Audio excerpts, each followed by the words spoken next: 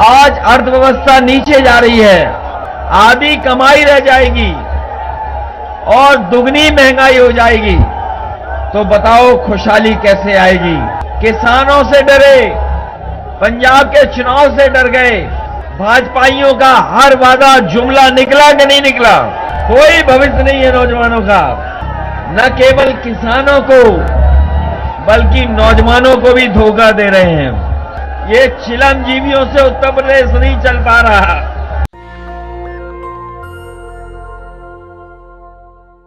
और सर्दियों का समय है, कुछ लोगों ने आग जला करके सर्दी दूर करने का काम किया और मैं देख रहा हूं मेरे साथ बड़ी संख्या में नौजवान चलते भागते हुए मोटरसाइकिल पे चले आ रहे हैं।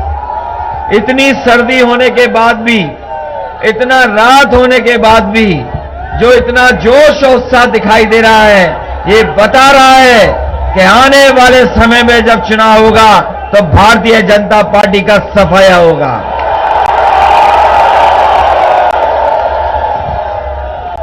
ये बदलाव का समय है।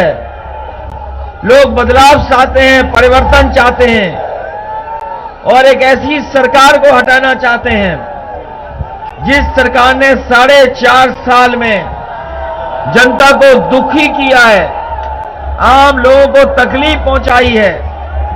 इतना संकट किसानों के ऊपर कभी नहीं आया जितना भारतीय जनता पार्टी की सरकार में आया। नौजवान बेरोजगार हो गया, नौजवानों की नौकरी छिन गई। जो सरकारी संस्थाएं थीं, उन संस्थाओं को बेच दिया। जो अर्थव्यवस्था ऊपर जा रही थी, आज अर्थव्यवस्था नीचे जा रही है। और अगर हम हिसाब किताब लगाएं, तो आज आधी कमाई हो गई है और महंगाई दोगुनी। कोई हमें बताए कि अगर आधी कमाई रह जाएगी और दुगनी महंगाई हो जाएगी, तो बताओ खुशहाली कैसे आएगी? एक ऐसी सरकार जिसने उत्तर प्रदेश को बर्बाद कर दिया, बताओ उसे हटाओगे कि नहीं हटाओगे? ये वो लोग हैं जिन्होंने किसान को आतंकवादी कहा, इन्होंने किसानों को अपमानित किया, किसानों को मवाली कहा, किसानों को समय समय पर उनके खिलाफ कानूनी कार्रवाई की। अगर वो आंदोलन और अपनी बात को लेकर के गए तो जीप से उनको कुचल दिया। आज तो बात साबित हो गई है कि जीप से कुचलने की साजिश हुई थी और उस साजिश में शामिल भारतीय जनता पार्टी के केंद्रीय राज्य मंत्री के बेटे पे आरोप हैं। बेटे पे अगर आरोप है तो बताओ भारतीय जनता पार्टी के लोग गृह राज्य मंत्री को हटाओगे कि नहीं हटाओगे? आज गृह राज्य मंत्री को बर्खास्त कर देना चाहिए, क्योंकि जिन्होंने जीप चढ़ा दी हो किसानों पर, किसानों को कुचल दिया हो। और ये 3 कानून तब वापस हुए हैं जब 700 किसान शहीद हो गए और ये डर करके कानून वापस हुए हैं। किसानों से डरे, पंजाब के चुनाव से डर गए और उत्तर प्रदेश के चुनाव से डर गए, समाजवादियों से घबरा गए, इसीलिए 3 कानून वापस हुए हैं। आज 3 कानून वापस हो गए तो जो किसान शहीद हुए, क्या शहीद किसान वापस आ जाएंगे? सरकार ने किसानों की हत्या की है। ये किसान विरोधी सरकार है। हम आपसे अपील करने आए हैं, ऐसी सरकार जो गरीब और किसानों के खिलाफ है, जिसने किसानों को अपमानित किया हो और आज भी किसान को खाद नहीं मिल पा रही, बताओ खाद मिल पा रही कि नहीं मिल पा रही? डीएपी मिल पा रही कि नहीं मिल पा रही?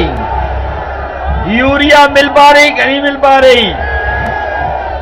धान की कीमत दे पा रही है सरकार कि नहीं दे पा रही? बिजली का बिल महंगा हो गया कि नहीं हो गया? और पेट्रोल और डीजल महंगा हो गया कि नहीं हो गया? खाद की बोरी से चोरी हो गई कि नहीं हो गई? भाजपाइयों का हर वादा जुमला निकला कि नहीं निकला? भाजपाइयों की हर बात झूठी है कि नहीं है? भारतीय जनता पार्टी का विकास झूठा है कि नहीं है? भारतीय जनता पार्टी का हर विज्ञापन झूठा है। इसलिए नौजवानों, बदलाव आएगा कि नहीं आएगा? सत्ता से हटाओगे, परिवर्तन लाओगे? इन्होंने आपके भविष्य से भी खिलवाड़ की है। कोई भविष्य नहीं है नौजवानों का। कोई भविष्य दिखाई देता हो तो बताओ। इसलिए अपने भविष्य को बनाने के लिए, नौकरी और रोजगार के लिए साइकिल की रफ्तार बढ़ाओगे कि नहीं बढ़ाओगे? ये बाबा मुख्यमंत्री न केवल किसानों को बल्कि नौजवानों को भी धोखा दे रहे हैं। इनकी पढ़ाई नहीं हो पा रही, न पढ़ाई का इंतजाम, न नौकरी का इंतजाम, न पुलिस भर्ती का इंतजाम और न ही फौज में भर्ती का इंतजाम। ये चिलमजीवियों से उत्तर प्रदेश नहीं चल पा रहा। उत्तर प्रदेश इन चिलमजीवियों से नहीं चल पा रहा। इसलिए उत्तर प्रदेश को एक योग्य सरकार चाहिए। बताओ, योगी सरकार चाहिए कि योग्य सरकार चाहिए? इसलिए मैं अपने सभी नेता कार्यकर्ताओं का धन्यवाद देता हूं और ललई जी को बहुत बहुत बधाई। शैलेंद्र कुमार जी उर्फ ललई जी को बहुत बहुत बधाई। इतने बड़े ऐतिहासिक कार्यक्रम के लिए जो इतनी सर्दी में भी लोग अभी रुके हुए हैं, जो लोग रात की सर्दी में रुक सकते हैं, वोट वाले दिन भी बताओ इसी तरीके से बूथ पर पोलिंग पे डटोगे कि नहीं डटोगे? बूथ पर रुक करके समाजवादियों को जिताना। और बगल में आजमगढ़ है। आजमगढ़ तो सब सीटें जीत के आ रहा है। हमें आजमगढ़ के लोग इधर भी दिखाई दे रहे हैं, पीछे भी दिखाई दे रहे हैं। आपके भी परिचित होंगे, रिश्तेदार होंगे। आजमगढ़ की तो जनता सब सीटें जिता रही है। बताओ, जौनपुर के लोगों सब सीटें जिताओगे कि नहीं जिताओगे? और तब जीताना है जब आपके साथ ओम प्रकाश राजभर जी भी आ गए हैं। इन्होंने ही भारतीय जनता पार्टी का दरवाजा खुला था और इस बार ओम प्रकाश राजभर जी ने दरवाजा बंद कर दिया है और सिटकनी लगा दी है। आपके साथ संजय चौहान भी आ गए हैं। इनके सम्राट पृथ्वी चौहान जी को कोई सम्मान नहीं दिया, इनके समाज को भी सम्मान नहीं मिला। हम इनको भरोसा दिलाते हैं, इनके समाज का गौरव लौटाने का काम और समाज को सम्मान देने का काम समाजवादी लोग करेंगे। राम अचल राजभर जी भी आ गए हैं साथ। राम अचल राजभर जी, बताओ ताकत बढ़ रही कि नहीं बढ़ रही पार्टी की? और हमारे आदरणीय श्रीमती कृष्णा पटेल जी भी हैं। और जब इतने लोग आ जाएं और माता जी का भी आशीर्वाद मिल जाए तो बताओ कौन रोक सकता है साइकिल की रफ्तार? पिछली बार भी जीते ये, यहां की जनता ने जिताया पिछली बार। ये मैं देख रहा हूं नौजवानों में लहर चल रही है, लहर का धक्का है ये लहर उठ रही है। बताओ इस बार कितने वोटों से जिताओगे? सब कुछ भूल करके बताओ ऐतिहासिक वोटों से जिताओगे कि नहीं जिताओगे?